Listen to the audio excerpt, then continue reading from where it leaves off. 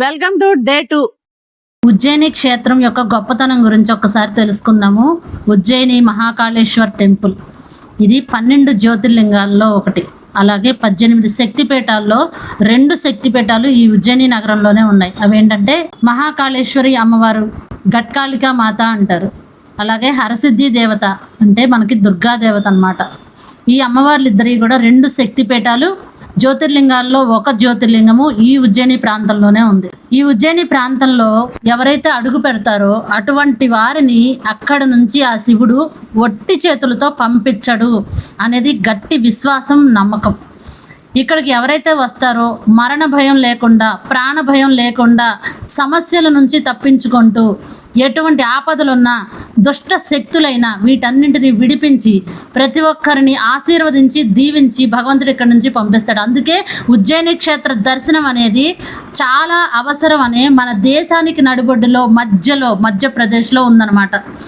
అంటే అర్థం ఏంటంటే ప్రతి ఒక్కరూ కూడా ఈ ఉజ్జయిని ప్రాంతాన్ని దర్శించుకోవాలి. హిందూ పుట్టిన వాళ్ళు, హిందువుగా జన్మించిన వాళ్ళు ఉజ్జయిని నగరాన్ని దర్శించుకోవడం అనేది అత్యంత అవసరం అన్నమాట. ఇక స్థల పురాణం విషయానికి వస్తే మహాకాళేశ్వర ఆలయం ఏ విధంగా ఏర్పడింది అంటే ఈ ఉజ్జయిని ప్రాంతాన్ని పూర్వం అవంతికా నగరం అని పిలిచేవారు. ఈ అవంతికా నగరం మొత్తం కూడా చాలా సస్యశ్యామలంగా, ప్రశాంతంగా ఉండేది. అప్పట్లో చంద్రసేన మహారాజు పరిపాలిస్తూ ఉండేవాడు అనమాట. వీళ్ళందరూ కూడా శివభక్తులు. ముఖ్యంగా వేదప్రియుడు అనేటటువంటి పండితుడు, ఆయనకి శివభక్తి అనేది అపారంగా ఉండేది. ఆయనకి 4 కుమారులు, వాళ్ళందరూ కూడా శివభక్తులే. వీళ్ళందరూ శివుణ్ణి ఎంతగా ధ్యానించేవాళ్ళు అంటే ప్రాణం కంటే ఎక్కువగా. శివుడికి కూడా వీళ్ళ మీద అంతే ప్రేమ ఉంది. ఆ ప్రాంతం మీద, ఆ భక్తుల మీద ఆయన కనుదృష్టి కూడా అలాగే ఉంది. అయితే పూర్వం దూషణుడు అనేటటువంటి ఒక బ్రహ్మరాక్షసుడు ఉజ్జయిని ప్రాంతానికి చుట్టుపక్కల ఉన్న ప్రతి ప్రాంతంలోనూ ప్రతి దేవాలయాన్ని నాశనం చేశాడు. ఋషులందరినీ హింసించేవాడు. శివ భక్తులందరినీ కూడా వేధిస్తూ ఉండేవాడు. అయితే వీడి దుర్మార్గం అనేది రోజు రోజుకి పెరిగిపోతూనే ఉంది. వీడు ఉజ్జయిని ప్రాంతాన్ని కూడా దండయాత్ర చేసి ఈ ప్రాంతంలో ఉన్న శివభక్తుల్ని, ఋషుల్ని, రాజుని ప్రతి ఒక్కరి మీద వాడు కబంధ హస్తంతో బంధించాలన్న ఉద్దేశంతో వీళ్ళందరినీ హింసించడానికి వచ్చాడు. అప్పుడు ఈ శివభక్తులైనటువంటి వేదప్రియుడి యొక్క పిల్లలు ఎవరైతే ఉన్నారో ఆ పిల్లల్లో ఒక బిడ్డ ఈ శివుణ్ణి ఒక రాయి రూపంలో పెట్టుకొని ఆ శివుడి దగ్గర కూర్చొని అన్నం తినడం, నిద్రపోవడం కూడా మానేసి శివారాధన, శివభక్తిలో లీనమైపోయి ఉంటాడు. ఎప్పుడైతే ఈ దూషణుడు వచ్చి ఈ పసిబిడ్డను చంపబోతూ ఉన్నాడో ఆ సమయంలో శివుడు ప్రత్యక్షమై భూమిని చీల్చుకుంటూ ప్రత్యక్షమయ్యి ఆ దూషణుడిని హరించాడనమాట. అక్కడికి చంపేశాడు. దూషణుడు అంతమైపోయాడు. అయితే ఏ ప్రాంతంలో అయితే ఈ దూషణుడు అనే రాక్షసుడు సంహరించబడ్డాడో అదే ప్రాంతంలో మహాకాళుడై, రుద్రుడై ఏ రూపంలో వచ్చాడో అదే రూపంలో అక్కడే స్థిరపడి స్వయంభూగా వెలిసి అక్కడికి వెళ్ళిన తన బిడ్డల్ని, తన భక్తుల్ని ఆ పరమశివుడు ఆశీర్వదిస్తూ, దీవిస్తూ ఇక్కడే ఈ చోటే కొలువై ఉన్నాడు అనేది మన స్థల పురాణం చెప్తుందన్నమాట. ఇక ఈ విషయానికి వస్తే ఇప్పటి వరకు మీరు చూసారు కదా, లోపల ఈ ప్రాంతం కారిడార్ మొత్తం అంతా కూడా టెంపుల్ ఆవరణ అనమాట. ఇంకా మనం టెంపుల్ దాకా వెళ్ళాలి అంటే చాలా దూరం ప్రవేశించాలి. ఈ ప్రాంతం మొత్తం ఉజ్జయిని ఆలయ ప్రాంగణం అండి. ఈ ప్రాంగణంలో కొంచెం ముందుకు వస్తే ఇదిగో ఇక్కడ భారత్ మాత టెంపుల్ కనిపించింది.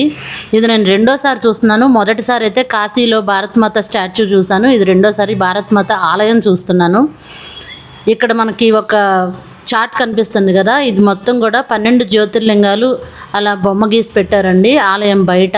12 జ్యోతిర్లింగాల్లో కూడా మనం మిడిల్లో అంటే ఉజ్జయిని ప్రాంతంలో మధ్యప్రదేశ్లో ఉన్నాం అన్నమాట.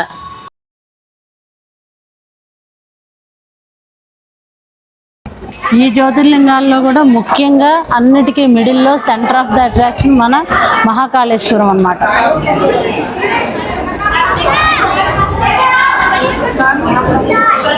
అవంతిక అని ఉంది చూసారా, అదే మహాకాళేశ్వరానికి మరొక పేరే అవంతిక.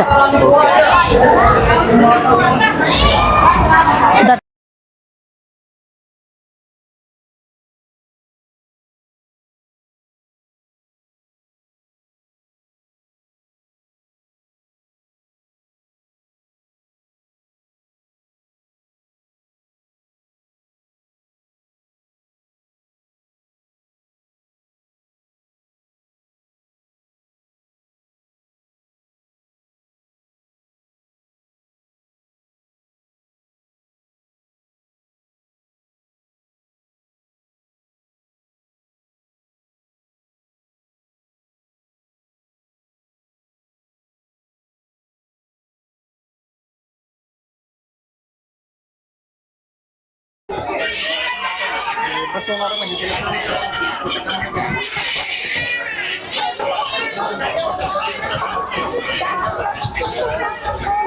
देखने में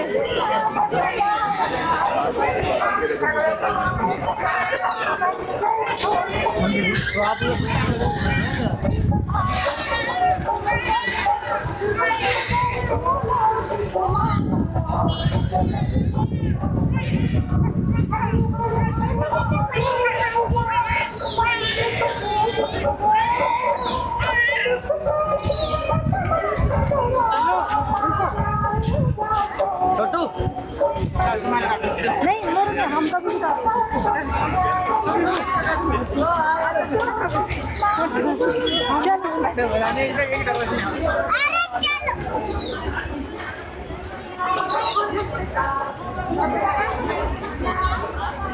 ये पोस्टर में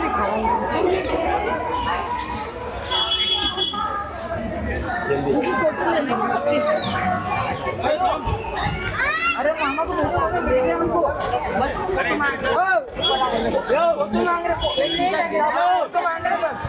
हम देख किसी ఏది అదిగో వెనకమాల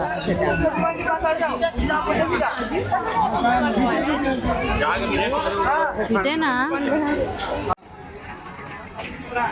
माता मंदिर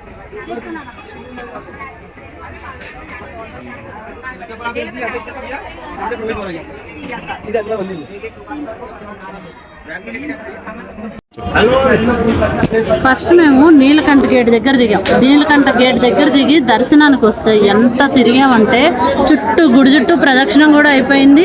ఇదిగో హరసిద్ధి మాత గేట్ అంట. హరసిద్ధి మాత గేట్ గేట్ నెంబర్ 13. ఈ గేట్ దగ్గరికి వస్తే మనం 250 రూపాయల టికెట్ మనం తీసుకోవచ్చు. ఈ టికెట్ తీసుకుంటేనే కాస్త మనం ఒక హాఫ్ అన్ అవర్లో దర్శనం చేసుకోగలుగుతాం. లేదు అంటే జనం ఉన్నారు చూడండి, అబ్బా అబ్బా విపరీతంగా ఉన్నారు, భయం వేస్తుంది, అంత జనం ఉన్నారు. ఇదిగో నా వెనకమాల ఉంది హరసిద్ధి మాత టెంపుల్. హరసిద్ధి మాత అంటే ఎవరో కాదు, దుర్గాదేవి యొక్క అవతారమే హరసిద్ధి మాత అన్నమాట. అమ్మవారి టెంపుల్ ఇక్కడ ఉంది.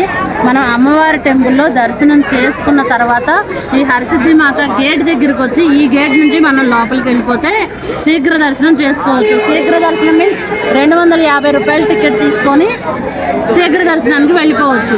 లేదు అంటే నేను ఇక్కడి నుంచి వెళ్ళాను అనుకోండి, మళ్ళీ అమ్మవారి దర్శనం చేసుకుంటానికి చుట్టూ తిరిగి రావాలి. అందుకని ముందుగా నేను దర్శనానికి వెళ్తున్నాను. దర్శనం చేసుకున్న తర్వాత ఈ గేట్లోంచి మనం శీఘ్ర దర్శనానికి వెళ్ళిపోవాలి.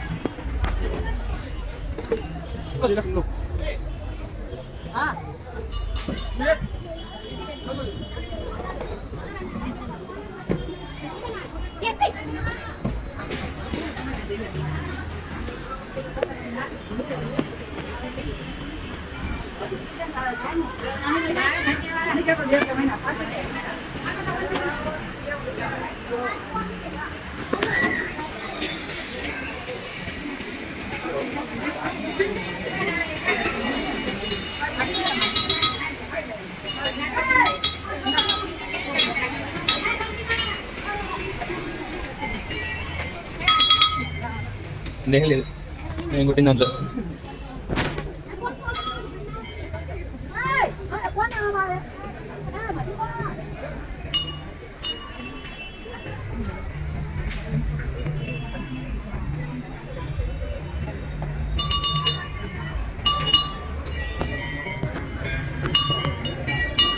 హరసిద్ధి మాతను ఒక్కసారి అందరూ దర్శనం చేసుకోండి. ఈ అవకాశం కేవలం వాళ్ళు ఫోన్లు లోపలికి అలౌ చేసినందుకు మాత్రమే మనకు దక్కింది.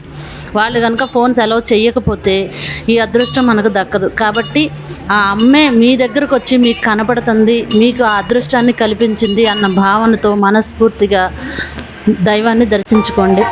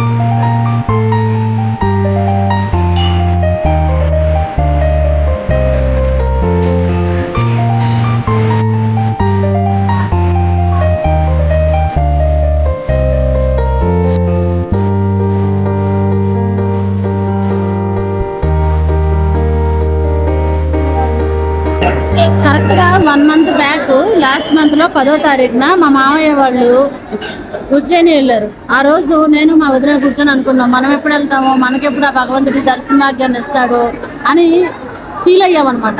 కరెక్ట్గా నెల తిరిగేసరికి మళ్ళీ నేను దర్శనానికి వచ్చాను. నిజంగా శివయ్య నాతోనే ఉన్నాడు అనడానికి ఈ ఒక్కటి దర్శనం కాదు, ఎన్నెన్నో మీకు చెప్పుకుంటూ పోతే రోజులు సరిపోవు. అన్ని నిదర్శనాలు చూపిస్తాను నాకు.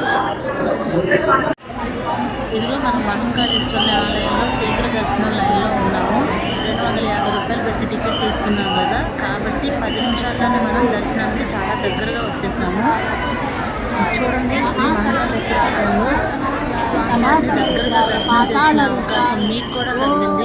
ఫోన్ అయితే దగ్గరికి తీసుకువెళ్ళొచ్చు, వీడియో తీయచ్చు. కానీ జ్యోతిర్లింగాన్ని వీడియో కానీ ఫోటో కానీ తీయడం నాకు ఇష్టం లేక, ఆ ఉద్దేశం లేక మీకు స్క్రీన్ మీద అక్కడే ఉన్నటువంటి స్క్రీన్ మీద మీకు చూపిస్తున్నాను. అందరూ దర్శనం చేసుకోండి. ఓం నమో శివరుద్రాయ, ఓం నమో సితికంఠాయ, ఓం నమో హరనాగాభరణాయ ప్రణవాయ ఢమ ఢమ ఢమరుకనాదానందాయ. ఓం నమో నిటలాక్షాయ, ఓం నమో భస్మాంగాయ, ఓం నమో హిమశైలావరణాయ ప్రమదాయ ధిమి ధిమి తాండవ కేళీలోలాయ.